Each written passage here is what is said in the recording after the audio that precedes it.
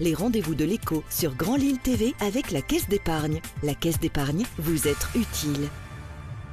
Bonjour à toutes et à tous, bienvenue sur Grand Lille TV pour cette nouvelle édition du Rendez-vous de l'écho. Nous accueillons aujourd'hui Valérie Dernancourt. Bonjour. Bonjour. Vous êtes cofondatrice de avisdegourmet.com, référencement des commerces de bouche. Votre métier, tout de même, définissez-le un peu plus longuement votre concept, c'est quoi ? Alors, donc j'ai créé avec Thibaut, mon associé, donc Avis de Gourmet. Avis de Gourmet, c'est une sorte de site de rencontre entre gourmets amateurs de bons produits et commerçants artisans de qualité. Concrètement, Avis de Gourmet, c'est un guide de bonnes adresses de producteurs, d'artisans, de petits commerces alimentaires indépendants. Mais ce n'est pas un site de référencement, c'est un guide de bonnes adresses communautaire. Sur Avis de Gourmet, ce sont les consommateurs gourmets qui partagent leurs bonnes adresses pour les faire découvrir à d'autres et pour valoriser leurs artisans. Vous faites bien de me recadrer pour être bien dans la ligne. Alors, c'est pas un site de référencement, c'est pas quelque chose qui existait, du coup, en fait, ce site communautaire, ça n'existait pas pour les métiers de bouche ? Pas spécifiquement pour les métiers de bouche de type boucherie, boulangerie, épicerie. Autant il y a beaucoup de start-up ou d'entreprises qui s'occupent des hôtels ou des restaurants, autant pour les bonnes adresses pour faire ses courses alimentaires, quand on est en week-end, en vadrouille, quand on déménage, quand on cherche un produit particulier, ça n'existait pas. Et je vous parle de produits, là non plus ça n'existait pas, c'est que nous on a une approche par le produit. Donc sur Avis de Gourmet, on peut rechercher le meilleur croissant à proximité et on va vous afficher, vous faire découvrir les adresses recommandées par les gourmets localement. Voilà, la barre de recherche est assez simple en fait. On cherche un produit, une ville, via même géolocalisation. Exactement. C'est ça. Oui. Tous les produits ? Alors, tous les produits sont tagables, recommandables par les consommateurs, mais après, tout est basé, nous, on n'invente rien, on ne crée pas de faux avis, on n'est pas un annuaire, donc il y a des fois, il y a des requêtes qui n'aboutissent sur rien parce qu'il n'y a pas encore eu de recommandation de consommateurs. Donc c'est vraiment aussi aux consommateurs à le faire d'eux-mêmes. C'est une base communautaire, c'est vraiment on fédère une communauté de gourmets qui ont à cœur de partager leurs adresses pour les faire découvrir.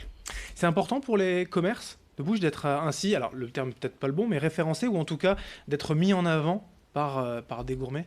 Oh que oui. Déjà parce que ça représente une vraie reconnaissance d'être recommandé par leurs clients. D'autre part parce que clairement on est à une époque où les commerçants de bouche ils n'ont pas tous pris, ils sont loin d'avoir tous pris le train de la digitalisation et il y a de plus en plus de gens qui recherchent non pas en appelant leur tante mais qui recherchent sur internet les bonnes adresses, sur Avis de Gourmet quand ils connaissent Avis de Gourmet, mais sinon dans Google. Et nous, notre force, c'est de rendre visibles ces artisans de qualité qui ont été recommandés par leurs clients, et bien sur notre site, mais également dans Google. Oui, parce que la bonne boucherie du coin dans le petit village, elle est peut-être excellente. Oui. Mais le boucher en question, effectivement, il n'a pas pris le train, comme vous disiez. Exactement. Parce qu'il n'a pas le temps, parce qu'il n'a pas les compétences, parce qu'il bosse, parce qu'il est... exactement. Donc nous c'est notre raison d'être, c'est de promouvoir le bien manger et les produits de qualité. Il y a des avis négatifs, parfois tout de même ? Et non, parce que c'est un parti pris fort qu'on a eu dès le départ d'Avis de Gourmet. Avis de Gourmet, c'est un site de recommandation d'adresses de producteurs, d'artisans, de petits commerces alimentaires indépendants. On voulait vraiment avoir un positionnement très différent de ce qui se fait sur le web, que ce soit dans Google, dans Facebook ou dans d'autres sites. Sur Avis de Gourmet, on trouve les adresses recommandées localement par leurs clients. Et puis, notre autre spécificité, je vous en ai un peu parlé, c'est d'avoir cette approche par le produit. On recommande son artisan pour ses galettes des rois. On recommande son artisan pour sa viande maturée, etc. etc. Parce que les artisans ne savent pas tout bien faire. Ils sont parfois spécialistes et excellents dans 1, 2, 3 produits. L'idée, c'est de faire découvrir, de les faire exister à travers ces produits. Donc pour vous, il y a un travail de modération, de tri sur le site. Oui, tout à fait. Oui. La question ici dans le Rendez-vous de l'écho, c'est comment la société aujourd'hui gagne de l'argent, comment vous vous rémunérez avec ce site ? Alors, notre priorité sur les premiers mois d'activité, ça a été de développer, de faire grandir notre communauté. Donc, ça, c'est important. On a aujourd'hui une communauté qui est engagée, qui a à cœur de partager ses adresses, qui va encore et qui doit encore grandir au niveau de la France. Et on commence à peine à commercialiser nos premiers services. Donc, ce qu'on commercialise aujourd'hui sur la métropole lilloise, l'idée, c'est d'étendre dans un second temps ailleurs en France, c'est d'abord, on appelle ça la page premium. Donc, c'est une vitrine valorisante pour l'artisan sur Avis de Gourmet. L'idée, c'est quoi? C'est que avec Avis de Gourmet, on fait venir un flux, une audience qui recherche les bonnes adresses. Elle vient tout seule chez nous.